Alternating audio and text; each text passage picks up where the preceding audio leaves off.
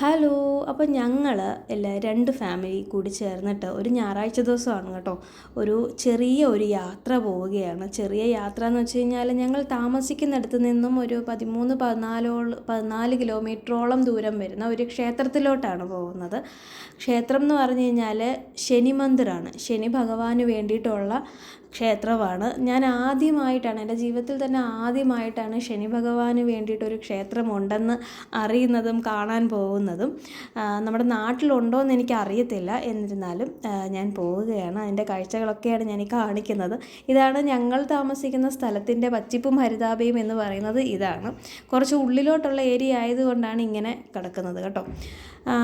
അങ്ങനെ നമ്മൾ ക്ഷേത്രത്തിലെത്തി. ക്ഷേത്രത്തിനുള്ളിലോട്ട് കയറുന്നതിന് മുന്നേ നമ്മളൊരു ചെറിയൊരു ട്രേയിൽ കുറച്ച് സാധനങ്ങൾ അവരവിടെ വെച്ചിട്ടുണ്ട്. അത് വാങ്ങിച്ചുകൊണ്ടാണ് കയറുന്നത്. പൂജ ചെയ്യാനുള്ള സാധനങ്ങൾ വാങ്ങിച്ചുകൊണ്ടാണ് കയറുന്നത്. ഇവിടുത്തെ പ്രത്യേകത എന്ന് വെച്ച് കഴിഞ്ഞാൽ പൂജ ചെയ്യുന്നത് നമ്മൾ തന്നെയാണ് എന്നുള്ളതാണ് ഒരു ഭയങ്കരമായിട്ടുള്ളൊരു പ്രത്യേകത. നോർത്ത് ഇന്ത്യയിൽ പല ക്ഷേത്രങ്ങളിലും പൂജ നമുക്ക് ചെയ്യാൻ പറ്റും എന്നുള്ളതാണ്. നോർത്ത് ഇന്ത്യയിലെ പല ക്ഷേത്രങ്ങളുടെയും പ്രത്യേകത അത് തന്നെയാണ്. അപ്പോൾ നമ്മുടെ നാട്ടിലൊന്നും അങ്ങനെ ക്ഷേത്രങ്ങളിൽ നമുക്ക് പൂജ ചെയ്യാനൊന്നും സാധിക്കത്തില്ലല്ലോ. ശനിയാഴ്ച ദിവസമാണ് ഇവിടെ തിരക്ക് കൂടുതലുള്ളത്. മണിക്കൂറുകളോളം ക്യൂവിൽ നിന്നിട്ട് വേണം ഇവിടെ ഒന്ന് വന്ന് ഇതുപോലെ നിന്ന് പ്രാർത്ഥിച്ച് തൊഴുതിട്ട് പോകാൻ പറ്റുക, പൂജയൊക്കെ ചെയ്തിട്ട് പോകാൻ സാധിക്കുക. ഞങ്ങൾ ഞായറാഴ്ച ദിവസമാണ് വന്നത്, അതുകൊണ്ട് തന്നെ തിരക്ക് തീരെയില്ലായിരുന്നു. എന്നാലും ആദ്യമായിട്ട് വന്ന് നമുക്ക് അവിടെ സമാധാനത്തിൽ നിന്ന് പ്രാർത്ഥിച്ച് പൂജ ചെയ്ത് പോകാൻ സാധിച്ചതിൽ വളരെ സന്തോഷമുണ്ട്. നമ്മൾ അവിടെ ചെയ്യുന്നതെന്ന് വെച്ച് കഴിഞ്ഞാൽ നമ്മുടെ കയ്യിൽ കൊണ്ട് ചെല്ലുന്ന ആ തലത്തിലുള്ള എണ്ണ ശനി ഭഗവാന്റെ ശിരസിലൂടെ നമ്മൾ ധാര കോരുന്ന കണക്ക് നമ്മൾ ഒഴിച്ചു കൊടുക്കും. അതിനുശേഷം തട്ടത്തിൽ ഓരോ സാധനങ്ങൾ അടുക്കി വെച്ചിട്ടുണ്ടല്ലോ, അതിൽ കറുത്ത തുണിയാണ് പിന്നീട് നമ്മൾ തലയിലൂടെ കറുത്ത തുണി ഇടുന്നതിന് മുന്നേ പൂക്കൾ പാദങ്ങളിൽ അർപ്പിക്കുകയും പിന്നെ അതിൻ്റെ കൂട്ടത്തിൽ എള്ളും ചെറിയൊരു തകിട് പോലത്തെ ഒരു സാധനമുണ്ട്, അതും പാദങ്ങളിൽ അർപ്പിച്ചിട്ട് ആ കറുത്ത തുണി ശനി ഭഗവാന്റെ തലയിൽ ചാർത്തി കൊടുക്കും. അതിനുശേഷം നമ്മൾ സ്വീറ്റ്സ് ആയിട്ട് നമ്മൾ ചെറിയൊരു ലഡു കയ്യെ കരുതിയിട്ടുണ്ട്. അതുപോലെ തന്നെ കുഞ്ഞ് കൽക്കണ്ടത്തിൻ്റെ കണക്കുള്ള ഒരു സാധനമുണ്ട്. അപ്പോൾ അതും ശനി ഭഗവാന്റെ മുമ്പിൽ നമ്മൾ അർപ്പിക്കുകയാണ്. അതിനുശേഷം പൂജയെല്ലാം ചെയ്തതിന് ശേഷം ഈ ശനി ഭഗവാന്റെ ശിരസിലൊഴിച്ച എണ്ണ നമുക്ക് ചന്ദനം തൊടുന്ന പോലെ നെറ്റിയിൽ ചാർത്തി തരും. അതിനുശേഷം ആ പൂജ ചെയ്ത പ്രസാദം നമുക്ക് തിരികെ തരികയാണ്. ആ ലഡുവൊക്കെ നമുക്ക് തന്നെ തിരികെ തരും, നമുക്ക് കഴിക്കാൻ വേണ്ടിയിട്ട്.